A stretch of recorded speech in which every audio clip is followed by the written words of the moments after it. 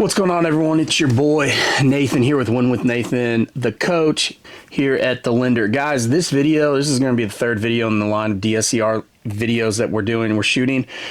This third one is just going to be again sticking with the 5 theme for the videos, the 5 reasons investors love DSCR loans. And there's a lot of reasons out there. I can name several, but what I did is I did some research with talking with recent clients we closed, other investors, other lenders, brokers, and just ask what's the reasons why most investors like it. So let's start off with number one. Number one, of course, is going to be the easiest thing, which means no personal income verification, right? One of the biggest hurdles for a lot of investors is, how do you qualify? Do you use W-2, bank statement loans? Do you do all that? A lot of people work W-2 jobs and maybe their debt to income doesn't qualify. They might have inherited a lot of money, but their debt ratio doesn't support paying for something, right? So instead of paying cash for a property, you could use something like a DSCR loan to qualify because it's based on the performance of the property. It also allows you the scalability, right? At some point, you're going to hit a rut. A lot of people bought second home loans, different Fannie Mae investments and DSCR loans in the course of a year or two, where a lot of guidelines require, if it's a short-term rental, you need 2 years of tax returns to be able to use that income. So it hurts you on your debt-to-income ratio. So no personal income verification is great. It's just about the property you're buying, right? We don't really look at the other properties you own and see how they're performing. We just care that they're up to date on mortgage, but no personal income verification. So it's great for people who are self-employed. It's great for people who maybe only deal with real estate. That's their income, right? It's a great product. So number 2 is something that I know I speak a lot with people. I teach this, I coach people this. DSCR is one of the most flexible loans out there. Hear me out here. So Fannie and Freddie are great products, so are government loans, but they're very, very stuck, right, in the ways of things. Like if it doesn't meet this, you can't do it, this. If you want to do a manual underwrite, you drop like way down here in your lendability, your max loan, right? And your higher DTI gets dropped. DSCR, in my opinion, is a Swiss Army knife. And I had this analogy with someone yesterday on the phone that I can customize the DSCR any way you want. A lady was worried about rates are being significantly higher right now. They're really not, but she still thinks rates are in the 2s and 3s, or that's where they should be. And, we quoted her an interest rate of 7.25. And she's like, I really think rates are going to fall back to the 4% in the next 2 years. I don't see that happening, but I'm not one to judge you. Okay, I do judge a lot of people, but I'm not one to say you're a complete moron and this is stupid. So her thing is she wanted a bridge loan to buy an investment property so she can easily refinance. That's easy. You just customize the DSCR to meet the requirements of the borrower. She's taken a higher interest rate for DSCR, but she's got that flexibility of a 12-month bridge loan with a 12-month prepay. And here's the kicker, and this is something I told her I love about DSCR and customizing it. Let's just say she's wrong. Wrong, wrong, wrong, wrong. Wrong, wrong, wrong, wrong. You're wrong, you're wrong, you're wrong. Right? I hate using the word wrong, but let's say she's wrong. Let's say rates stay where they are, don't adjust much. Does it make sense to pay closing costs again? I don't know. There's some people out there that say in the next 12 months, rates are going to go higher.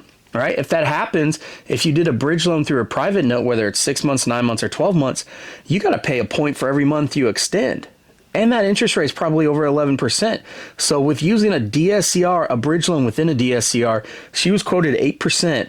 If she's wrong, her 8% still stands until rates come back down where she's happy. So it's a great tool. I love it. I think it's a great product. So it's very flexible. It's also flexible in the property types, right? You could do single family residence. You could do up to 4 units. There is a DSCR, much higher cost, but you can go up to 10 units. You can do condos, condotels, non-warrantable. It's a very flexible tool.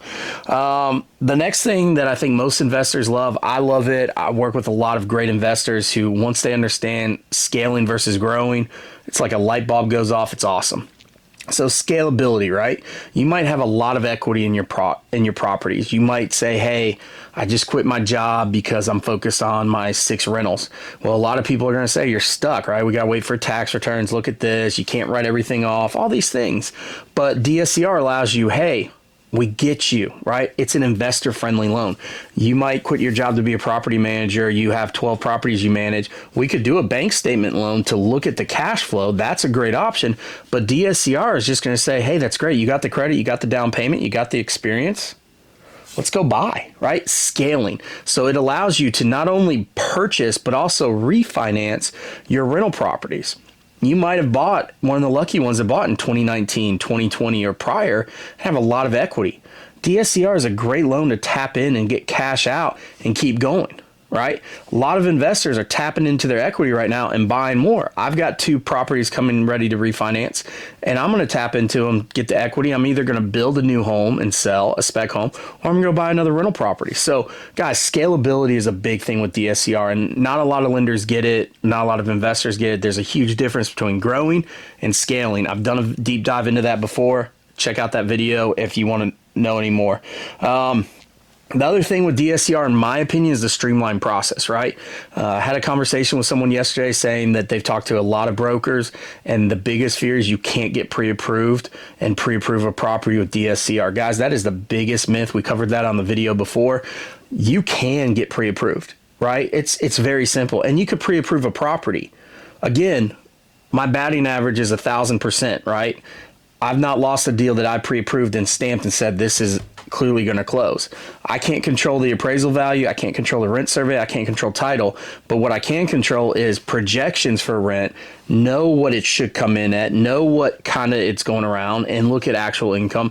And I can make guarantees. I've not lost many loans, guys. There's been 2 that I can think of this year. Both of them were appraisal issues that we said were going to be a bad deal. And the investor said they knew better than us, and they weren't using an agent that could pull in the MLS for comps, and the seller didn't want to budge on the price.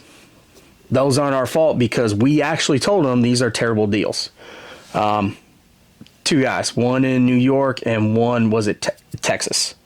So streamlined process is pretty easy. This is the reason why we can close in as little as 4 days from start to finish. I've done that. I don't know anyone else who has, but you know everything up front. It's very easy to get everything up front. It's very easy to get it submitted. It's very easy to get clear to close. Where it's not streamlined is where people don't want to take the time to learn the product, to learn what you need. You know, I'm dealing with right now with a deal with a broker. It's, you know, we're supposed to be closing, but we're still trying to get the LLC docs. It's, you know, and they don't understand why an LLC requires operating agreements or has stuff like that. Guys, you know your products, you work in it. It's a streamlined process, very easy.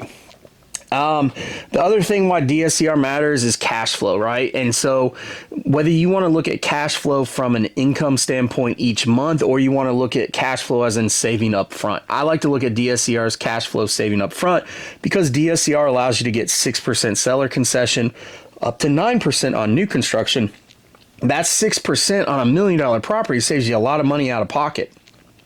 If you're dealing with a broker, right, that pays their broker fee, which can be anywhere upward to 3%. We see a lot of people at 2.75, 2.5. It can pay all your prepaids. It can pay to buy your rate down, your prepayment penalty down. Here's something most people that I talk to that do these loans didn't know this is an option. What about prepaying HOA?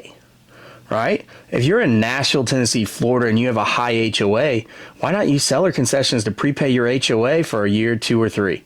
That's a lot. That saves you cash. That's saving you cash flow, right? To increase your cash on cash return, you either got to save money monthly, which HOA does save you, or you got to save the money you spent into the deal. And that's what seller concessions allows you to do. Guys, DSCR loans are just overall for an investor, they're a great product. I highly recommend commercial loans. I think the world of commercial loans. I think every investor is going to get there at some point.